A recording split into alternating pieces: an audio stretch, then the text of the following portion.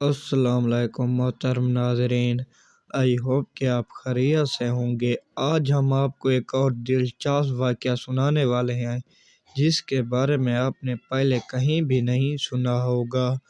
آئیے ہم واقعہ کی طرف چلتے ہیں۔ ایک گاؤں کے کنارے ایک گھر تھا جس میں ایک علی نام کا لڑکا رہا کرتا تھا۔ وہ نہایت ہی خوبصورت اور دل نیک انسان تھا۔ وہ ہمیشہ دوسروں کی مدد کرتا تھا۔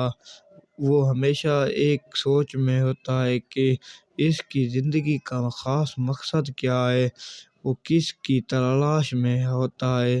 وہ یہ سوچتے ہی وہ ایک جنگل میں داخل ہوتا ہے اور یہی سوچتا رہتا ہے۔ اچانک ایک عجیب روشنی نکل آتی ہے۔ وہ جیسے اس روشنی کے قریب جاتا ہے، وہاں سے ایک پری نکلتی ہے جو کہ بہت زیادہ زخمی ہوتی ہے۔ وہ اس پری کو اپنے ساتھ گھر میں لے جاتا ہے اور وہ اس کا بہت زیادہ علاج کرتا ہے۔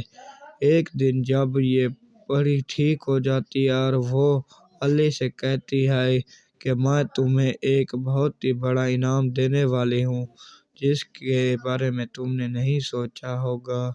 وہ علی کو ایک خوبصورت گھر اور ایک خوبصورت باغ اور ایک خوبصورت محل دیتی ہے۔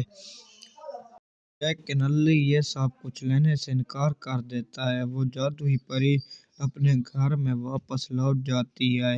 اس طرح علی کو دوسرے لوگوں کی مدد کرنے کا ایک شوق پیدا ہو جاتا ہے۔